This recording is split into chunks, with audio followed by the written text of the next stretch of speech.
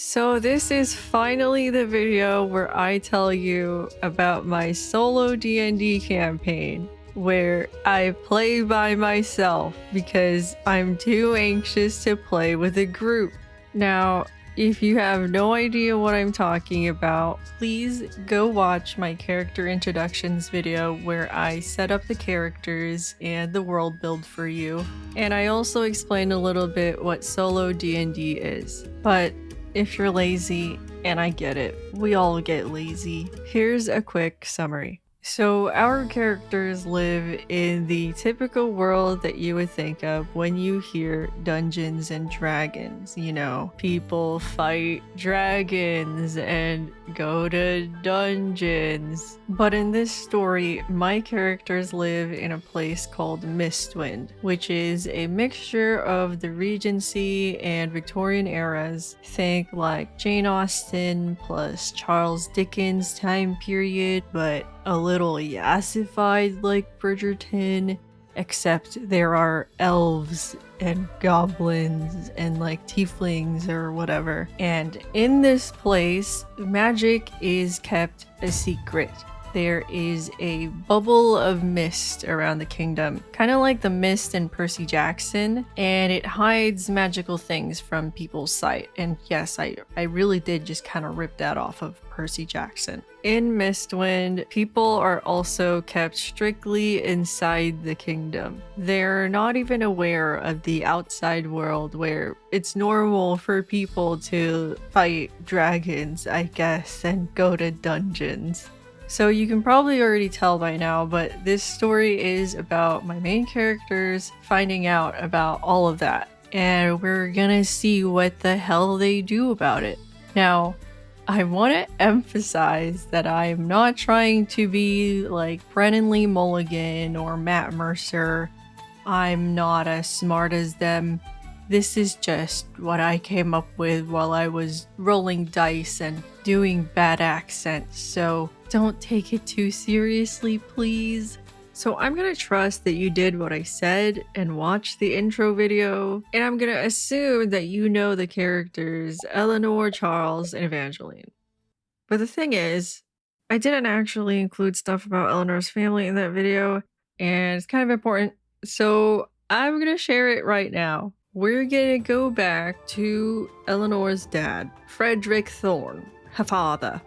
So Frederick, he was just a normal guy, you know, giving poor, giving common, and so he enlisted and became a soldier. As a soldier, turns out he's actually really good at fighting, and so he becomes one of the greatest generals in Mistwind history. Wow. When the war ends, the monarch of Mistwind is so impressed with him, they're like, hey dude, you're pretty cool. Thank you for your service. Here's $1 million. And also a big house. And you have a place in high society now. Enjoy. So after that, Frederick is like, wow, I'm rich. I should get married. And so he marries his sweetheart, Lenore Covington. Lenore is a fellow soldier who he met after enlisting. They end up having 2 daughters, Luvania, or Lou for short, the older sister, and also our main character, Eleanor, the very chaotic and messy younger sister. So we've got like a pretty nice family going on here, other than maybe Eleanor is the black sheep. In society's eyes, this family was like pretty well respected. The parents, Frederick and Lenore, were seen as a pretty powerful couple. That is, until the dice decided it was time for problems. So the war was over, and Frederick doesn't adjust to the peace very well. He just feels like he lost his sense of purpose. He used to be this big deal general and he felt like he was making a difference, but now he's just going to balls and dancing and talking to rich people. They don't have jobs, and so he kind of feels like useless. Plus, he doesn't really find enjoyment in this wealthy lifestyle of mingling at social events and dancing and going to dinners and stuff. And so Frederick decides that he needs to find something, just anything to do. So he turns to his library and he becomes a huge nerd. While reading, he discovers something huge. He starts to see references to magic in textbooks, bits and pieces of information, essentially evidence that magic exists and is real. So he hyperfixates on this, and if you've ever hyperfixated on anything, you know exactly how this feels. Obsession. He gets into it and he decides that he just needs to find out more about the possibility of magic being real. So when her husband starts to lock himself up in his library and obsessively study books and magic, Lenore starts to get the ick. She's like, "You think magic is real? What's going on? We have a dinner to go to and now you don't want to go? Because you want to read? Because you're a nerd?" And so that's basically what's happening in their marriage. And if we know anything about high society, you know that people are going to gossip. So people are like, "Hey, what's going on with the Thornes? Did you hear what happened? Lenore showed up alone. Where's her husband? What's going on?" And they rub their evil hands and start to gossip even more. Eventually, the situation gets worse. Lenore is just getting ultra ick from Frederick, and Frederick's just kind of minding his own business and, studying and reading. And so Lenore decides that she's going to start living somewhere else, and they essentially separate. She kind of just up and leaves him. I don't think she even talked to him about it. And so society, rubbing their evil hands, is absolutely eating up this gossip. They're like, "Yo, Lenore doesn't live with him anymore. Did he cheat on her? Is she living with another man? What's going on?" Frederick kind of stopped showing up in public as much, so they don't really know what's going on with him until he starts to slowly show up again. But whenever he did, he would talk about magic. People are like, "Hey, this guy, he believes magic is real? What a loser. What a nerd." Everyone's just laughing at him and making fun of him. And so the Thornes, who were once a pretty well-respected family, now have a terrible reputation.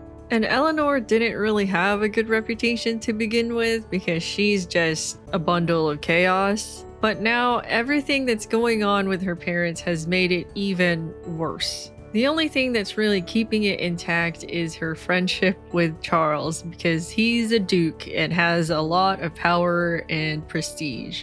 The two women in her life, her mother and sister, don't really like her because she has less than satisfactory manners and etiquette. But they're both kind of out of the picture now. Her mom moved out, and her sister also moved out because Lou got married some time ago.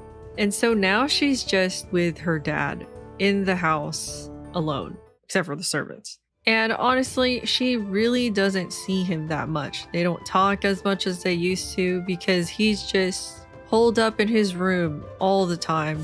It's a very lonely situation and also a boring situation for Eleanor, so she's just kind of running around all the time trying to find entertainment for herself, which usually entails bothering Charles. So yeah, that's her family's backstory. There was actually way more that I wanted to talk about and blabber on about, but I'm trying to give this video at least some structure, so I'm gonna finally talk about the campaign.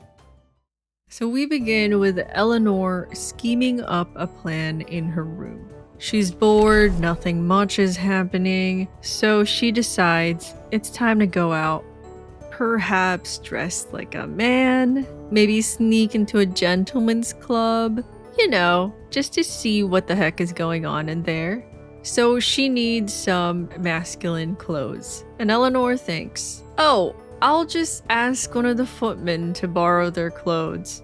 And before she heads to the servants' hall, which is downstairs, she peeks out the hallway to see if the coast is clear, because ever since her dad became a recluse, their butler, Humphreys, has kind of become the guy to scold Eleanor and keep her from causing too much trouble. And she knows that she's not supposed to go downstairs and bother the servants while they're working. But she looks down the hallway and the coast is clear. So Eleanor basically just starts running down the stairs to the basement. The servants at the moment are just chilling since they're on break.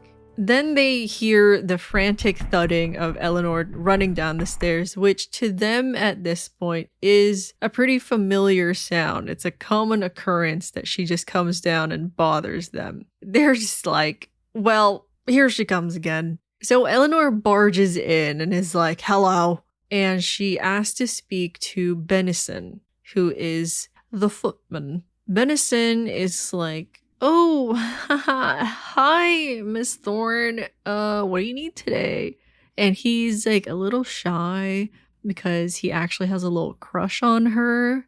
And Eleanor's like, I need to borrow some of your clothes. And before she can really elaborate, she gets interrupted by the booming voice of their butler, Humphreys. And Humphreys, he's like this old guy who very much gives off the vibe of a tired old man. He is essentially Eleanor's second father figure. And once he sees Eleanor here, he isn't even really surprised. He just starts to scold her, saying that, you shouldn't be down here, you know not to bother the servants, go back upstairs. And Eleanor tries to protest, oh, I just need a little something from Benison, it's very quick. But Humphreys is not having it, and she fails the persuasion check, and he promptly tells her to go back upstairs, and he's like, this is final. And so she stops resisting, but as she's leaving, she hears Humphreys tell the other servants to get ready because the general will wake soon. And when she hears that, she's like, oh my god, right, I have a dad.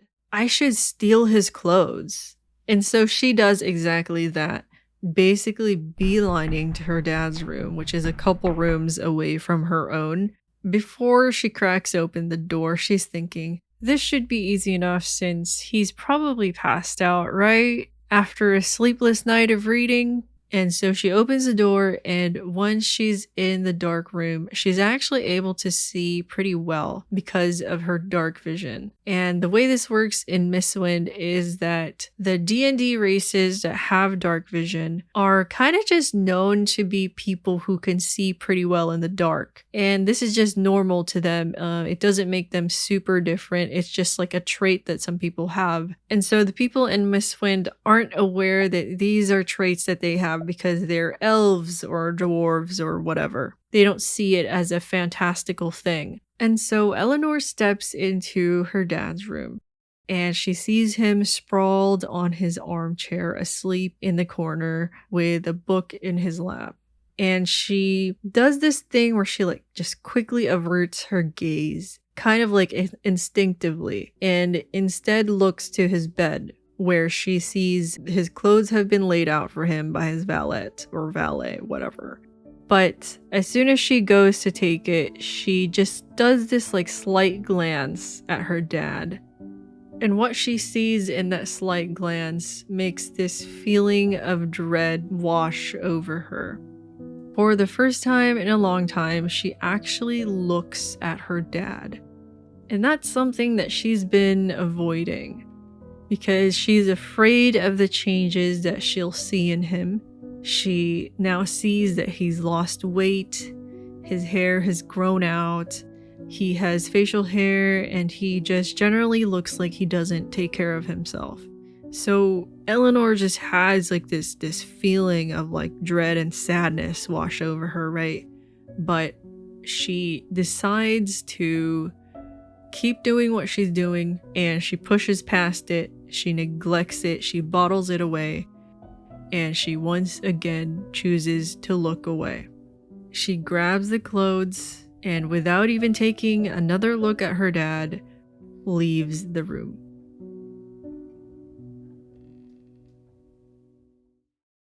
And now we switch to our other main character, Charles, the Duke of Longford, who actually lives not too far away from Eleanor. So while Eleanor's family is rich, they're pretty well off. Charles, on the other hand, is filthy rich. Wentworth House, which is Charles's home, has its own space in the city. Usually, most people have townhomes, which are connected in lines called terraces or crescents. But he doesn't have that. Wentworth House has its own space, which is a pretty big deal here in Mistwind. So, as opposed to the gloomy quietness of Eleanor's house, Charles's house has a voluntary peace to it, because that's exactly the way he likes it. He actually prefers the quiet space and the vibe of an empty house. He's an only child, and his parents are dead. And he's honestly not really close to anyone else in his family, so he's definitely a bit of a loner. So no one really visits him, except for Eleanor, who honestly just barges in whenever she wants to, and it's really only loud in Wentworth House when Eleanor is there causing a ruckus and stressing Charles out. So right now it's around noon, and people in high society typically wake up late in the day because, well, they're unemployed and have no responsibilities. But Charles is actually a bit of a morning person. He likes to start his day early and likes to end it late. He just likes to force his days to be long because that means he has more time to do what he needs to do. Plus, Charles is an elf, which means he doesn't need the standard 8 hours of sleep that everyone else does. And once again in Mistwind, the people there haven't really put two and two together that there is a correlation between people with pointy ears and people who don't need to sleep as much. This trait about elves, where they kind of just trance instead of sleep, has kind of just turned into a thing where some people don't need to sleep as much. So at the moment, Charles is upstairs in his study and he is stressed. He's looking over some papers at his desk, and there's a bunch of stacks of books and papers and envelopes everywhere, but it's like not messy, if that makes sense. As opposed to Frederick's desk, Charles's clutter is a uniform clutter.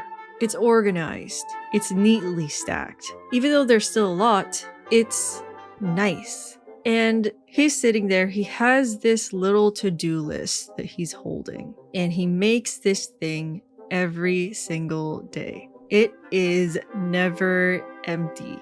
Charles will constantly fill his to-do list up, and as he checks things off, he also keeps adding onto it. He'll just keep finding other things to add, big or small. It's like he's allergic to an empty to-do list because he's that much of a busybody. And all of this work that he puts onto himself, he doesn't even really need to do it because he's a duke. Let's be real, they don't really do much. They're rich, they're entitled, and they have a lot of privilege. And that privilege allows them to just dump their work onto people whose literal job it is to do that work for them. There's people like solicitors, stewards, and his staff. But my research did not go that far, so I don't know everything about that. So just bear with me here. But Charles isn't that type of duke. He is entitled and he is very privileged, but he doesn't like to dump his work onto someone else. His dad was like that though, and Charles didn't like his father. The previous Duke of Longford was not a responsible person. Charles, growing up, wanted to see his dad as a role model because, who else was he going to see as a role model? He's going to inherit this man's title, his seat, his land, his property, his everything. And so he really looked to his dad for guidance and wisdom on how to be a good duke. But as Charles got to know his father, he didn't really meet his expectations. So he realized his dad was not the person he wanted to be. The so-called guidance that he received from him was just, oh, you don't have to care about the tenants. You can just leave that with some other person. Oh, who cares what's happening with our property? Or who cares what's happening with the servants? That's fine. Hire whoever you want, fire whoever you want. And it was that type of attitude. And this really irked Charles. So instead of seeing his dad as a role model, Charles ended up seeing him as a disappointment. He saw him as everything he wanted to avoid being. And Charles has this very idealistic view of being a duke, if it wasn't obvious already. He wants to be a man who is worthy of this privilege that he was born into. He wants to be worthy of this title and position. And so he really doesn't want to be like his dad. And the way that he tries to achieve this worthiness is to keep himself busy. Work, work, work. It's the only way he really knows how to operate. Let's do things. Let's be productive. And so he became the type of duke who pays attention to things and is aware of a lot of the responsibilities that he should be undertaking. But, he still has servants who do a lot of things for him. So here he is at his desk, looking over stacks of papers, ledgers, and invitations that he has to deal with. And he is stressed. Honestly, at the moment, he's kind of regretting giving himself so much to do. But at this point in his life, it has become a habit and a ritual to stress himself out. I don't think this man knows how to relax, but he needs it desperately. So he's thinking, okay, what can I do to relax? And his first idea, honestly, is to just look through his to-do list and see which one of these is the most relaxing thing to do. And he's kind of just like frowning and grumbling to himself, being like, oh, well, accepting invitations, no. Fencing, no. And then he sees go on a walk. And he's like, oh, that's the one. I can do that one. That should be relaxing, right? So he takes a look back at everything on his desk, stares once again at go on a walk, and then crosses it off and stands up and heads out. So that's Charles. I know he didn't really do much except sit at his desk and be stressed, and I just yapped a lot, but I don't really know what else to do there. So we're just gonna switch back to Eleanor, who is now dressed up in her father's clothing, walking outside, heading to the gentleman's club. As she's walking, she starts to hear a ruckus. People are scrambling in the streets and she hears a loud rattling sound. And then someone yells, "Watch out!" And turning to see what she should be watching out for, she sees a carriage heading straight to her. Yikes. Eleanor is a level 1 bard who can't even cast magic yet. So I'm sitting here thinking, yo, she might die right here, right now, during my very first session. So I was very nervous, but luckily I rolled the acrobatics check to dodge the carriage and she succeeded, thank God. In that split second, she dodges out of the way just in time to save her own life. But the carriage is now on its way to ramming into a park fence. The horse turns just in time to save itself, but the momentum was too strong for the bulk of the carriage, and the carriage itself crashes into the fencing. And Eleanor is stunned for a moment. She's like, oh my god, that just happened. But then she kind of snaps out of it and runs to the wreckage to help the passengers. And there are 2 women who have debris on top of them, and Eleanor reaches to get it off. But as soon as she touches the rubble, she feels like a jolt of energy. and it felt way stronger than the static that you might feel when you like touch an object. And she just can't explain how she knew, but Eleanor knew that it felt evil. And her mind goes straight to her dad, and she thinks of one thing: magic. But she couldn't just dwell on this. These women were in danger, and she needed to act.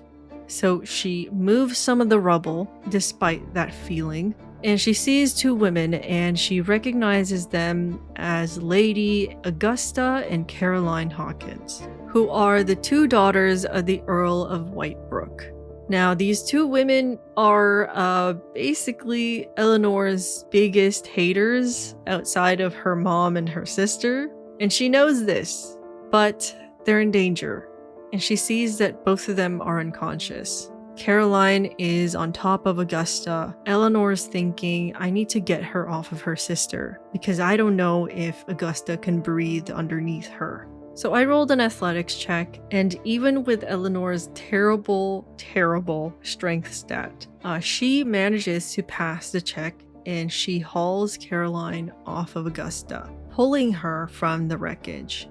And now with Augusta uncovered, Eleanor can clearly see that she is bleeding from her head. And for the most part, Eleanor has been operating on adrenaline this entire time, but after seeing Augusta's injury and how severe it is, she starts to kind of freak out. She's like, oh my god, like, what am I gonna do? I can't carry both of these women. No one's helping me, apparently. And she yells out for help. And guess who's conveniently out on a walk nearby? Charles sees a crowd forming ahead of him, and he hears a voice that he knows all too well crying out for help. And he thinks it's Eleanor, and he sprints into the crowd. Arriving at the scene, Charles sees Eleanor crouched on the ground with Caroline in her arms, and he also sees that Eleanor is wearing her dad's clothes, but the urgency of the situation has hit him, and he knows not to dwell on that. So he kind of just accepts it for now, because he sees the panic and concern on Eleanor's face, but he does fail the insight check to see that there's a little something more that Eleanor is concerned about. So all he does is he asks, what do you need me to do? And Eleanor tells him it's Augusta. She's still in there and her head is bleeding. And so he kicks into crisis mode and he goes to get Augusta out of the broken carriage. And then, using his authority and prestige as a duke and noble, he calls to a coachman that's like kind of nearby and tells him to stop. And he yells at him like, you get me to Wentworth House as fast as you can. And the guy stops because he's like, oh my gosh, it's the duke. But the carriage is only big enough to fit Charles and Augusta. So Charles turns to Eleanor and says, get Caroline to Wentworth House as fast as you can. And Eleanor is like, what? How am I supposed to do that? I can't just call in a carriage. And he basically just tells her, find a way, Eleanor. I don't care how you do it. And then he just leaves. And, I know they could have handled this way better. But guys, the characters are only as smart as I am. So not everything makes sense. This is D&D. A lot of things aren't going to make sense. But anyway, we're going to follow Charles here for a bit and then come back some other time to see what Eleanor does. Right now, Charles has arrived at his place, Wentworth House, and he's gone into panic mode, realizing that he might have acted too slow. And he's running inside, carrying Augusta's body covered in blood. The servants are like, oh my god. And he tells them to call for his doctor as quickly as possible. When doing that, he kind of knows it's too late. The doctor isn't going to get here on time. But he goes to the drawing room anyway and lays Augusta onto his couch. and he's just pacing back and forth. You know, there's nothing much he can really do, and he's like, this is bad, this is really bad. The doctor isn't gonna get here in time. She might die right here, right now on my couch. And in that panic, he feels around in his coat, which is now stained in blood. He takes his little to-do list out of his pocket, stained, and he's like, God, what has this day turned into? But just then, his butler comes running into the room, saying that the doctor has arrived. And Charles looks up at him, confused. That was really fast. And then this older man walks in. Brown hair, tan skin, very short, with doe-like eyes. And Charles thinks, this is not my doctor. And he asks, who are you? And the man introduces himself as Dr. Hazelby. He says, I'm a friend of your doctor. He'll get here too late. Let me operate if you want to save her life. And there's not much Charles can do here. Even though he's suspicious of this person, he doesn't know him, he doesn't even recognize him. The situation is just too urgent for him to just turn a doctor away. You know, a doctor literally appeared at his doorstep. And so Charles steps aside to let Dr. Hazelby do his work. But then Dr. Hazelby says, actually, you need to step outside. And Charles is like, what? Absolutely not. I'm not leaving you with her. Very quickly, Dr. Hazelby kind of just like gives up on trying to convince Charles to leave, and his face becomes serious as he approaches Charles. He puts his hand on his shoulder and he looks him in the eyes, saying, forget everything you think you know. And before Charles can even express confusion, Dr. Hazelby kneels down, places his hands on Augusta's bleeding head, and casts Cure Wounds. His hands begin to glow, her head glows too, in an aura of healing. And Charles is just standing there in awe as he sees her injury heal in an instant. And that's where I'm gonna end the video. So that's it for the adventures of Eleanor, Thorne, and Charles Aefir Wentworth. So next episode, we'll find out what Charles does after discovering and witnessing magic with his own eyes. And we'll find out what Eleanor does to get Caroline to Charles's house. And also what she does about that little evil jolt that she felt from the carriage. What will Eleanor find out? Who knows? I feel so giddy right now. I hope you guys are as excited as me. I hope that was interesting enough to get you invested. I'm really nervous about how people are gonna feel about this video and just this story in general. So please, please, please let me know what you think in the comments. I'm going to be reading all of them twice, 3 times, 5 times, because I'm so excited. This is my passion project. I would love to know what you think about it. So, I'll see you around. Goodbye.